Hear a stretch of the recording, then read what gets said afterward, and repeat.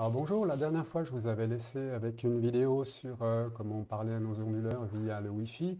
On avait utilisé ce genre de petits jouets. Et maintenant, ça c'est en Wi-Fi. Et maintenant j'ai commandé le même mais en RJ45. Donc je vais vous montrer à quoi ça ressemble quand c'est connecté à la cave. Je vous lance la vidéo.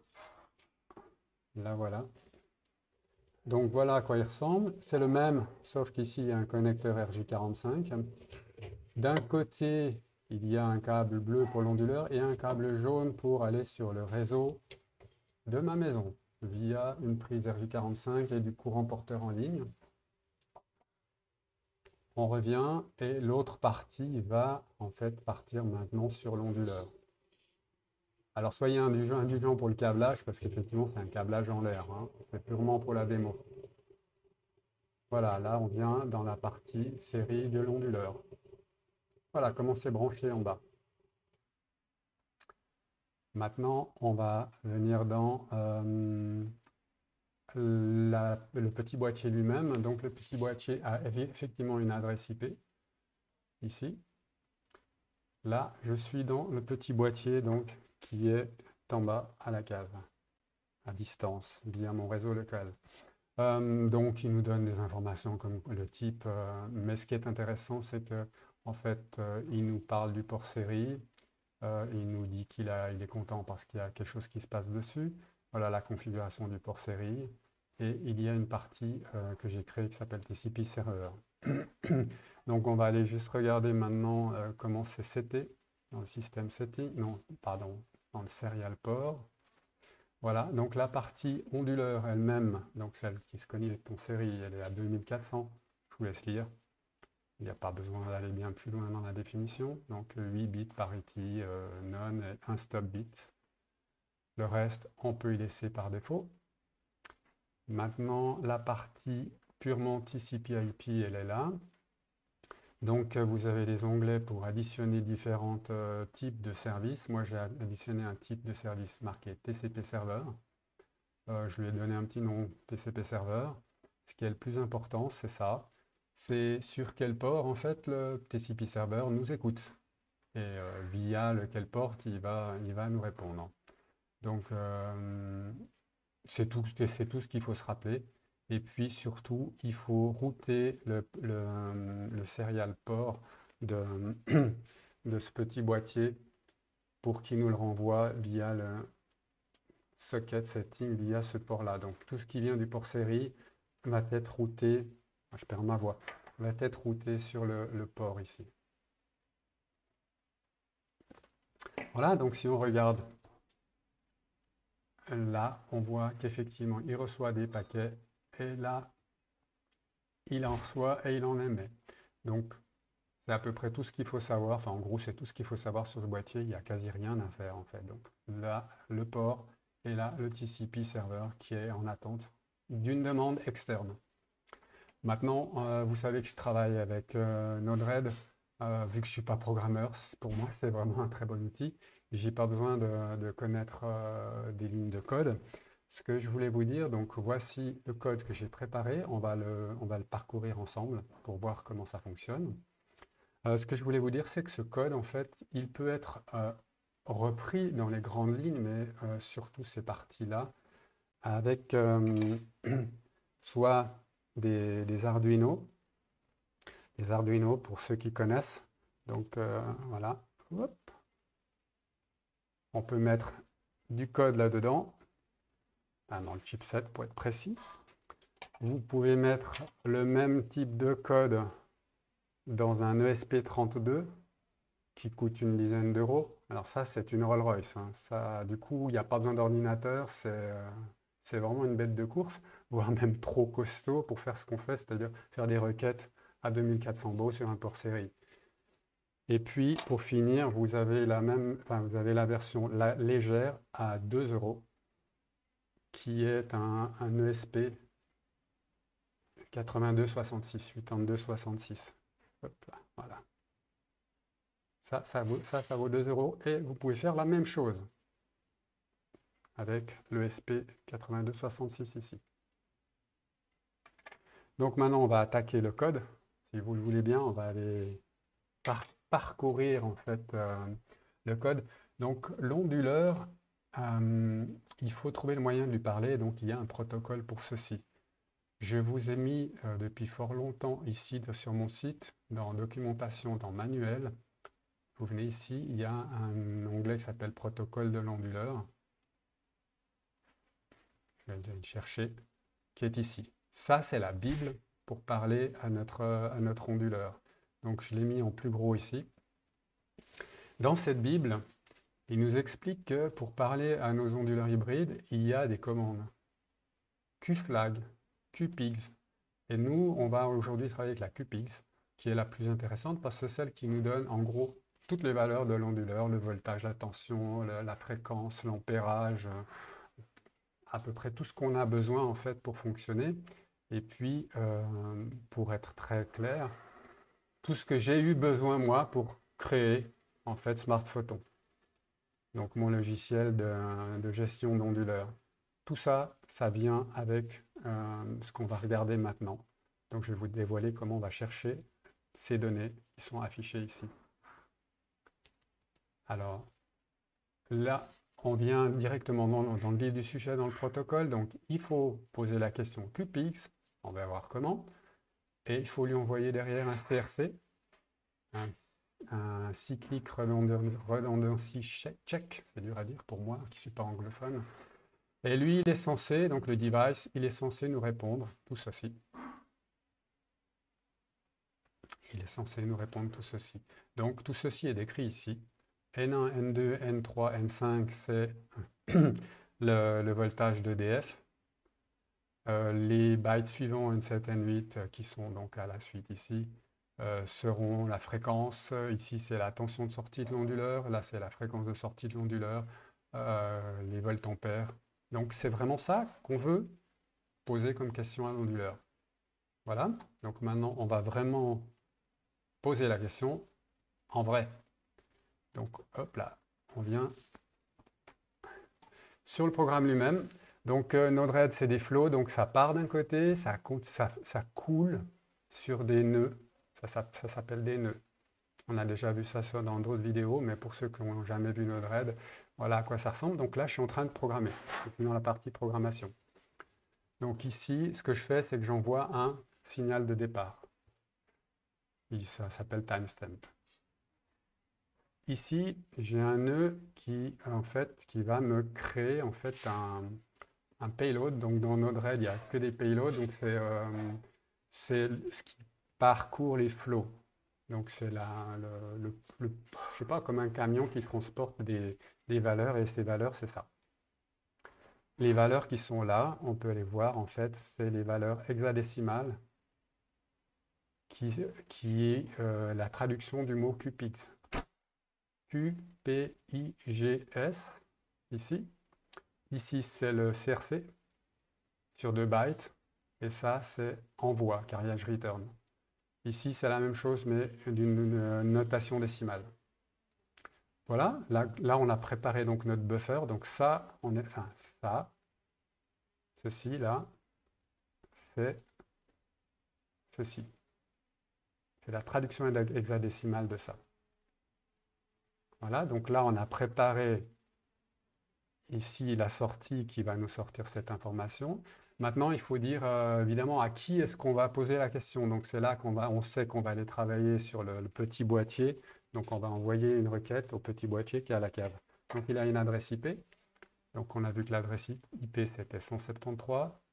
Donc ici j'ai un nœud qui va remplir des informations du style message.host et message.port, avec le port qu'on reconnaît 7777 et l'adresse IP qu'on reconnaît du Elfin. Donc si on prend là 7777, il nous attend là-dessus à l'adresse 173. Voilà ce qu'on fait. Donc on crée des variables. Ces variables vont sortir ici. Donc on peut déjà voir juste à quoi ça ressemble. Donc ça, c'est un nœud debug qui va nous permettre de voir en fait ce qui sort ici. C'est extrêmement utile. Chaque fois qu'on développe, on veut savoir où on en est. Donc on développe et on regarde. Et si c'est bon, on continue. Donc là, on va juste comme j'ai modifié du code, on va le compiler en fait d'une certaine manière dans Node-RED. Donc là, il est prêt. Donc pour le moment, tout ce que je fais, c'est que je génère un payload. Donc on va regarder s'il a une bonne forme. Donc là, j'ai envoyé, hein, toc, il a envoyé. Et là, j'ai une réponse de la part du nœud debug qui est ici. Et qu'est-ce qu'on voit dedans? Ce qui est intéressant, c'est qu'on voit qu'il y a l'adresse IP qu'on veut joindre, et il y a le port sur lequel on veut travailler. Et ici, il y a un buffer. Et le buffer, on retrouve la valeur hexadécimale de QPX qui a été préparée ici. Voilà, là c'est en décimale et là c'est en hexadécimale. Voilà, donc on est prêt à envoyer maintenant à l'onduleur. Donc l'onduleur, pour le joindre, il faut le joindre via le petit boîtier. Donc pour ceci, on a un nœud TCP/IP. C'est fourni en standard par Node-RED. Voilà, on a des nœuds qui sont fournis, je les prends, je les glisse, et c'est tout. Après, je les remplis. Donc, on va voir ce qu'il y a dedans. Dedans, on peut soit figer une adresse, donc l'adresse du Elfin, et fixer son adresse et son port, et la réponse sera donnée sous format string, si on veut, ou sous format buffer. Moi, je veux un format string.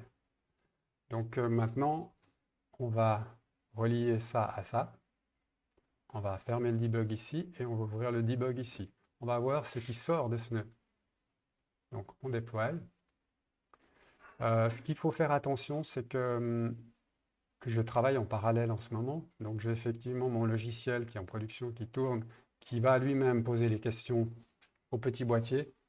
Donc, il ne faut pas tomber au même moment à poser une question différente, parce que sinon, ça va faire un petit problème. Donc, j'ai mis les fréquences de rafraîchissement à 60 secondes. Si tout va bien, je ne tomberai pas dedans. Donc, on va poser la question à l'onduleur. Ça va venir ici. On va voir s'il nous répond. QPIGS. Oh, chic. Il nous a répondu. Gateway out, gateway out. Il nous a répondu quelque chose comme quoi il y a tout ça. Et ça nous parle. Parce que si on se met en parallèle de ça, on commence à voir que effectivement le premier byte, c'est une parenthèse qui est ici. Et après, les bytes suivantes, ben, on les retrouve. Ici, c'est voltage. Ici, c'est tension. Fréquence, pardon. Il suffit de lire, en fait, pour décrypter chaque valeur. Chaque valeur est séparée par un blanc. On voit ici. Donc, si on veut, par exemple, trouver les hertz, c'est celui-ci. C'est la valeur 3, 1, 2 et 3. C'est 49,9 Hz. Actuellement, le réseau EDF nous envoie ça. Si on veut, quoi d'autre on verra après si on veut d'autres choses, mais typiquement, la tension de sortie de l'onduleur, elle est là, quoi. Voilà. La tension de sortie de l'onduleur, elle est par là. Là, c'est pourtant l'output. Voilà, elle est là. Hop là, elle est ici. Ça, c'est ça. OK, donc si je repose la question, toc, il me répond. Donc, je peux poser la question autant de fois que je veux maintenant. Hein. OK, j'espère que vous êtes clair avec ça. Ce qu'on voit, c'est que c'est pas très lisible parce que ce qui serait cool, c'est séparer chaque valeur. Donc maintenant qu'on sait parler à l'onduleur, on va aller décrypter en fait le string là. Donc pour ça, il y a plusieurs moyens de faire. Je vais vous en montrer deux.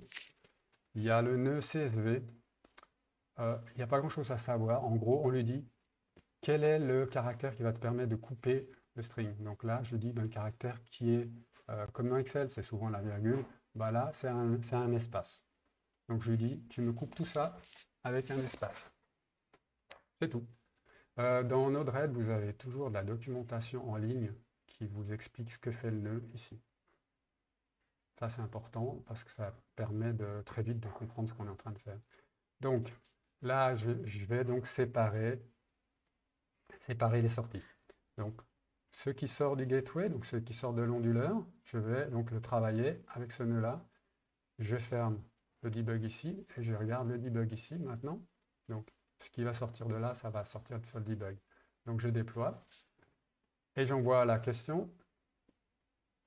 Et là, on voit maintenant qu'il y a une nouvelle réponse. qui est sous un autre format, sous un format tableau, array en anglais. Ici, vous avez cette fois-ci, sur une autre mise en forme, vous avez donc chaque valeur a été décomposée dans une colonne. Voilà. Donc maintenant, on a tout ça dans un debug. On aimerait bien avoir ça sur une page web. Donc, j'ai commencé à préparer ici, en fait, la partie web. Il n'y a pas grand-chose à savoir. Je vais juste vous présenter. Pour l'instant, il n'y a rien dedans. Donc ça, c'est les tests de tout à l'heure. Donc, on va juste sortir. J'aurais dû y effacer, mais j'ai oublié. Donc, on relie ceci à ce nœud qui s'appelle table. Ce nœud table a beaucoup de possibilités, énormément de possibilités de mise en page. Mais si on lui dit rien, il va essayer de se débrouiller. Il a juste besoin d'entrer. Il a besoin d'entrer d'une array. C'est pour ça que juste avant, j'ai décomposé ma sortie en array. Donc maintenant, je fais deploy. Et je lance ma requête. Donc je vais effacer le debug là. Là, j'ai ouvert le debug. Et ici, ça doit s'afficher ici. Donc voilà, là, il m'a créé mon array avec mes valeurs. Et maintenant, si on vient sur la partie web, il m'a mis les valeurs qu'on a ici, les valeurs qui sont ici. Il les a mises dans le tableau. Donc à partir de là, on peut faire des mises en page comme on le souhaite. J'espère que vous avez suivi. Maintenant, comment est-ce qu'on est capable de faire ça? Par exemple, donc là, je vais récupérer la colonne 3 où il y a donc le voltage. Donc on va revenir sur le programme. Ici, j'ai d'autres nœuds. Donc c'est ceux-là qui sont intéressants. Donc on prend la sortie de nouveau de l'onduleur, enfin, du gateway. Ici, je coupe à nouveau mon string que j'avais avant, je le coupe avec un blanc. Il est là, le blanc. Je le coupe. Il va me générer tout plein de sorties avec toutes ces valeurs. Donc ça va faire un burst, comme on dit en français, une vague de valeurs. Et donc ce que je dois faire derrière, je dois les rejoindre. Ça, c'est du code Node-RED. Hein. Donc je lui dis, tout ce qui rentre, donc toutes les valeurs qui vont arriver, tu me les mets dans un tableau, ou dans un string, ou dans un buffer. Mais moi, je veux un tableau. D'accord? Ah oui, j'ai oublié de vous dire. Si je sais exactement combien j'ai de valeurs, là par exemple, je sais que j'en ai 21, je pourrais lui dire, à partir de 21 valeurs, tu me sors les données ici. Mais je n'ai pas envie de savoir combien j'ai de données, je dis, après une seconde, tu me remets tout ça dans une array. Donc maintenant, on va regarder à quoi ça ressemble. Donc ici, on va déjà regarder ça. Juste ça. Donc, j'efface. Toc. Et là, je lance ma requête. Voilà, la requête est arrivée. Donc cette fois-ci, on a le debug qui est ici. Il nous a créé une array avec 22 valeurs dedans. OK? Donc elles sont toujours là. Elles sont juste présentées un petit peu différemment. Maintenant, je voudrais les afficher comme on a vu ici. Alors, comment je fais ça? Donc, on veut cette valeur-là, par exemple, ça nous intéresse. Cette valeur-là, en fait, il y a un chemin pour l'accéder, et le chemin, il est là. Je n'ai pas besoin de le connaître. Je dis à Node-RED, donne-moi le chemin, copy-paste. Donc, le chemin pour accéder à cette valeur. Et là, c'est un nœud pour afficher ça. Ce nœud-là me permet d'afficher du texte. Donc je viens là-dedans, on reconnaît le mot fréquence que j'ai mis ici. Et là, si je fais mon paste sur le chemin qui a été copié, il me dit ta valeur, elle est à payload 2. D'accord? Donc ici, c'est le moyen de dire à Node-RED, va chercher la valeur, c'est cette forme-là. Donc payload 2. Et je veux du volt. J'écris des volts, par exemple. Voilà. Et c'est tout. Maintenant, je déploie. J'efface, histoire d'être propre. Et là, je pose la question en onduleur. Voilà, là, il m'a répondu. Et maintenant, si je viens ici, il est bien allé me chercher cette valeur de 130 volts. Voilà. C'est pas plus compliqué que ça. J'espère que c'était clair jusqu'à présent. Donc, ce qu'il faut comprendre, si par exemple je veux mettre, je sais pas, je veux récupérer cette valeur-là, qui est après le voltage, qui est la fréquence derrière l'onduleur. Hein, si on regarde, voilà, fréquence de l'onduleur. Donc si je veux récupérer la valeur là, je fais copie-paste. Je n'ai pas vraiment besoin de savoir où elle est. Par contre, je dis à Node-RED, tu vas la chercher. Hop là. Tac. Donc c'est la valeur 3. Pas été très loin. Donc, comme je change, où est la forêt? Peut-être que je lui dise que c'est des hertz, juste pour que ce soit fun. Voilà. Tac. Je lance ma requête. L'onduleur m'a répondu. Donc 49,9 doit être la valeur affichée. Alors là, j'ai fait une erreur de frappe. Ça me paraît évident. Ouais, j'ai fait une erreur de frappe. J'ai une braquette de trop là. Voilà. Donne. On reprend. Pose la question, il nous répond. Et là, j'ai effectivement ma fréquence qui est là. Voilà, donc ce qui était important maintenant que vous compreniez aussi, c'est que je suis donc capable de travailler sur plusieurs ordinateurs. Viens là, toi. Voilà. Donc là, j'ai mon Raspberry qui fonctionne. Et ici, j'ai une machine virtuelle. Ça, c'est une machine virtuelle, une VM sous Linux, qui a Node-RED installé. Donc, je peux à la fois poser des questions depuis ici ou poser des questions depuis là. Ah oui, j'ai oublié encore, just for fun. On peut poser la question, donne-moi le firmware. Le firmware, c'est ceci. C'est cette valeur hexadécimale. Donc, si on regarde dans la doc, si on cherche firmware, voilà, ben, QF machin, là. Voilà, poser la question pour connaître le firmware, c'est QVFW. Donc, QDFW qui est transféré en hexadécimal avec son CRC qui va bien et son return code. Et puis, j'efface tout. Et là, je pose la question QFW et là, il me répond, ben voilà, le firmware, c'est la version 20.09. Ici, on a la valeur dans le tableau. Bon, évidemment, ça ne veut plus rien dire comme ça, mais on voit que c'est cette manière-là de travailler. Alors, je pense que j'ai fait le tour. J'espère avoir pas été trop long, mais je pense que c'était extrêmement intéressant pour ceux qui sont se lancer dans la discussion avec les onduleurs. Pour ma part, je vous souhaite une belle journée, santé et à votre réussite pour vos programmations. Bye à tous.